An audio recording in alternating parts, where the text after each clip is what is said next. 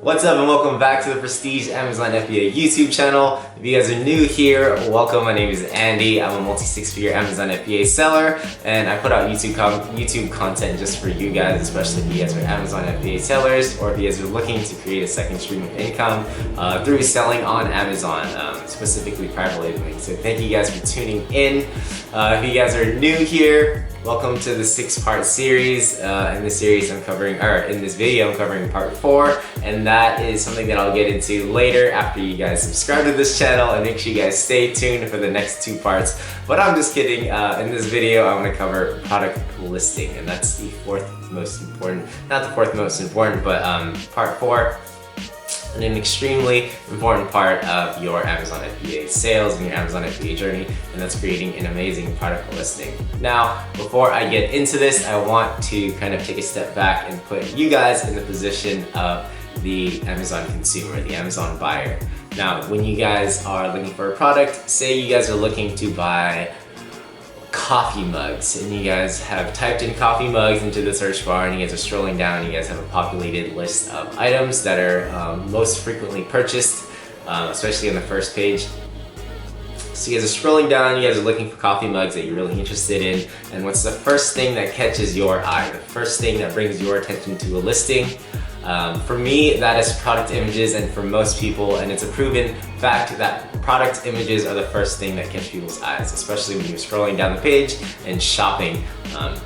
Product images are extremely important in creating your product listing, and that's the first thing that I will address. Now, when you guys are doing your product images, when you guys are doing your building out your product listing and getting your product images together, pro tip, do not skimp out on this. Make sure you guys try to hire a product photographer, a professional product photographer. If you guys know somebody, or if you guys do photography yourself and you guys have the equipment and the background set up just for product photography, go ahead and do so. But me, just starting out, I thought I could cut out this cost. Didn't want to spend the extra $100, $200 for the product photography. So, you know, I busted out my phone, had a white paper background, started taking pictures, but you just do not get the quality that you really want and you really want to have for your listing. So be sure not to skip out on this cost. I promise you guys, it'll pay off in the long run. It'll pay off tenfold. So be sure to just put up that initial investment to get your product photography done. Your product will look so professional, and you'll definitely see that increase in sales as opposed to taking product pictures with your phone. You know, I know some people that do this, and this is something that I've done, and I do not recommend it. So be sure to hire a product photographer. If you guys are looking for Connect, or you're looking for somebody that I personally use, be sure to comment in the description or comment down below, and I'll get that. I'll get that link to you. I'll hook you up with my personal product photographer, so you guys aren't just swanning around the internet looking for somebody to help you take your pictures. Now, the reason why you want high quality photos is that because Amazon gives you limited real estate on your product listing to make a really good impression. And in terms of photography and photos, you get 9 pictures that you're able to upload onto the Amazon platform for one product. You want to make the best impression for your product through your images, and there's many ways to do so.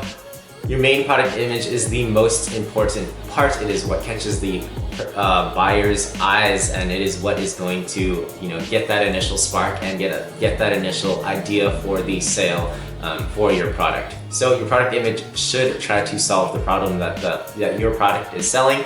And in the following product images, you want to be able to somewhat close the sale. Now, you can use product photos that include descriptions for your product. You can include product photos that list, you know, different features for your product. You can include lifestyle photos for your product. You can include photos that, you know, have different purposes, or that your product has different purposes for. Just make use of all the product real estate that your detailed page has, because this will be extremely helpful in making sure that the buyer does not need to look any further than your listing. They don't need to look at your competitors to buy their product. They have everything they need from your product. So be sure to be as detailed as you can with your product photography and product images. It will pay off tenfold. So be sure to take your time with product images. In addition to the product images, you can eventually add product videos. This is something that comes later on, and this is something that requires your logo or your brand to be a trademark brand. And from that point, you can then get your brand or logo registered as a official Amazon registered brand, and from then you'd be able to upload product videos that will in turn increase your conversion rate. But the second most important part next to product images, again, put yourself in the consumer's mind. As soon as you look at the product images, you then look right and you start reading the title to see exactly what the product is. So, second most important part, product title. Now, Amazon used to give you so much more space to put your title or have like a long-winded title, but now that is not really the case. They have limited the product title to 80 characters, and that does include spaces. So the amount of real estate for your title on your product detail page is very limited. And again, that is 80 characters. So within your product title, you want to be using the most relevant keywords and the most relevant words to your specific item that you're selling. For example, if you are selling metal spoons, for example, you want to be using relevant keywords, super relevant keywords that will get your buyer to click on your listing. So if you're selling metal spoons, you might want to include terms like stainless steel, metal spoons, set of 8, dinnerware, flatware, silverware, things like that. You don't want to be including, forks and knives, because that's not exactly what you're selling. You're selling metal spoons. Now, that brings me to the topic of not as relevant keywords, and these are keywords that are still very relevant, but not worth putting in your title just because you have very limited space. In addition to the title keywords, you can also add back-end keywords that'll also improve your search ranking for your product. Now, for example, if you're selling metal spoons, some people searching forks and knives might also be interested in finding metal spoons. So what you can do on the back end, you have more real estate to add words there. Instead of the 80 characters you have in your title, you now have 250 characters. This used to be 1,000 characters, but they just reduced it to 250 characters. So be sure to use this space wisely as well. But what you can do is you can add like the forks and knives terms on the back end. So if somebody's looking for spoons, your product might still be indexed for forks and knives because other people are, searching for spoons, but then also seeing your product in the forks and knives keyword searches as well. Another tip that you can use is if you are using Helium 10.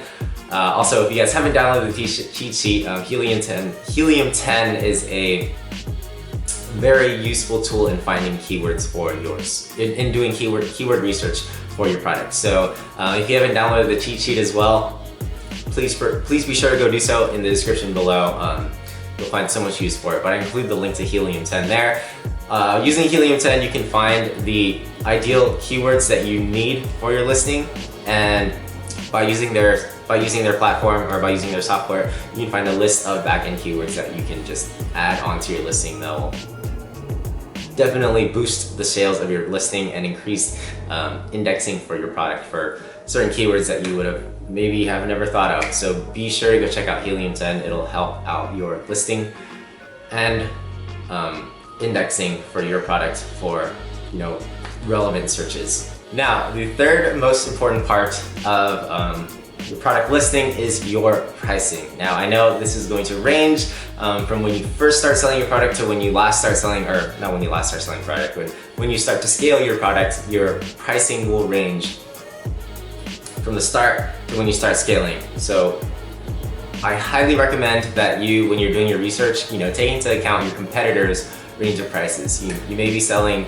metal spoons, and some people may be selling metal spoons for $5, but others may be selling a larger set for maybe $40. This is your price range for your item, and typically, the more the merrier, the higher the price, the better for you to sell your product, but you want to be able to compete still.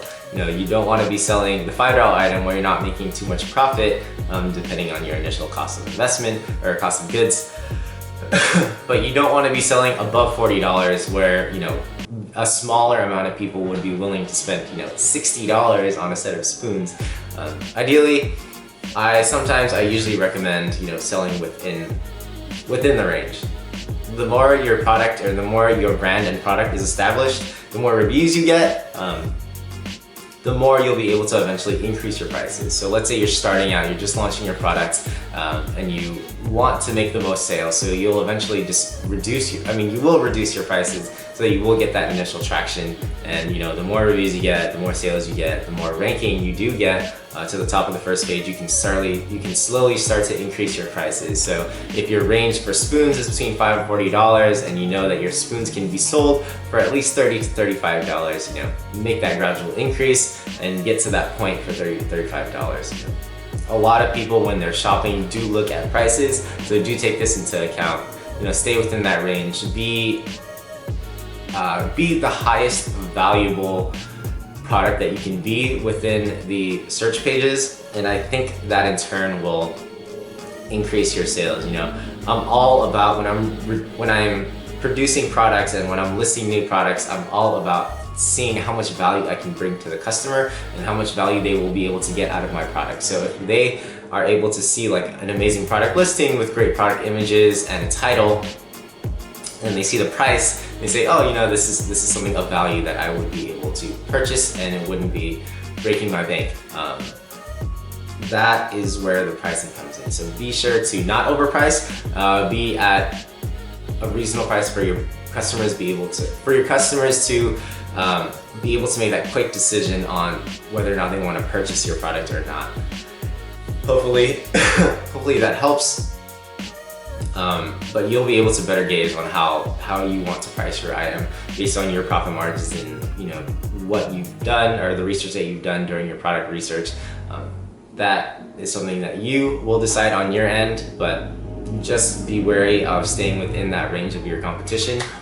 I do have an example that, you know, you guys have probably heard of, but Supreme. Supreme is a huge brand that I think, in my opinion, I'm not super fashionable, but they were able to create a brand that can sell almost anything at extreme prices. For example, they have their box logo t-shirt that's very popular, but I mean, it's a very plain white t-shirt with their box logo just across the chest, and those t-shirts can go for like a few $100s, whereas I can go to Walmart and buy a plain white tee for like $2. But that's just the power of brand, and that's just how your brand will grow. Eventually, people will start to recognize your brand and you can start to increase your prices there. Lastly, a really part of your product listing is the product description. Now, if you aren't familiar with the Amazon platform, or if you are familiar with the Amazon platform, say you're searching up a product and you click on a product listing and you go to the listing, and just below the product images you'll see a bunch of text, and that's usually the product description. For me, and this is what I recommend to my students, I take this opportunity in this real estate of the product detail page to be able to, you know, provide the solution and the reasons why they should be able to buy, or they should buy my product over my competitors, and, you know, I provide to them the solution to their problems. That's usually why people are buying things online or things in general. It's they're looking for the solution to a problem. So for example, if I were to sell a silicone wine glass, right? A lot of people are looking for these silicone wine cups just because they are, they tend to break less, they're not glass, they're less fragile, easier to clean. So, I mean, for example, I would kind of list out in the description, I would include text saying, you will never have to worry about a broken glass again. These silicone wine glasses are 100% dishwasher safe. They will not break on you, and they last forever, as well as, you know, they're heat resistant, water resistant, and they will not stain. You know, something like that. You know, being able to include the solution to somebody's problems in your description, as well as hitting their emotions, because some people might be like, dang, I'm really looking for something that will not break, especially when I'm drinking wine or water. I don't want to drop a glass and have glass shattered everywhere. If I drop a silicone cup, you know, it'll still be the silicone cup, it won't break. So that's something that I want to take the opportunity within the product description to address. I want to be able to focus on the customer, you know, offer them a satisfaction guarantee, offer them reassurance that they're making the right decision in purchasing my product. So when you guys are coming up with your product description, be sure to address the emotions of your customers and be able to hit those points that, you know, make them want to purchase your item. But that concludes it for this video, guys. If you guys have all found this video helpful, it definitely means a lot to me. It means that I am having purpose of making these videos. So be sure to drop a like and let me know that you found this video helpful. I definitely appreciate it. If you guys at all have any questions, as always, drop them down in the comments below. I'll be sure to get back to those as soon as I can. If you guys have not subscribed, please do so. Just hit that subscribe button down here. But as always, I appreciate you guys. Thank you guys for tuning in. I'll catch you guys at the next video for part 5 of the 6-part series. Peace.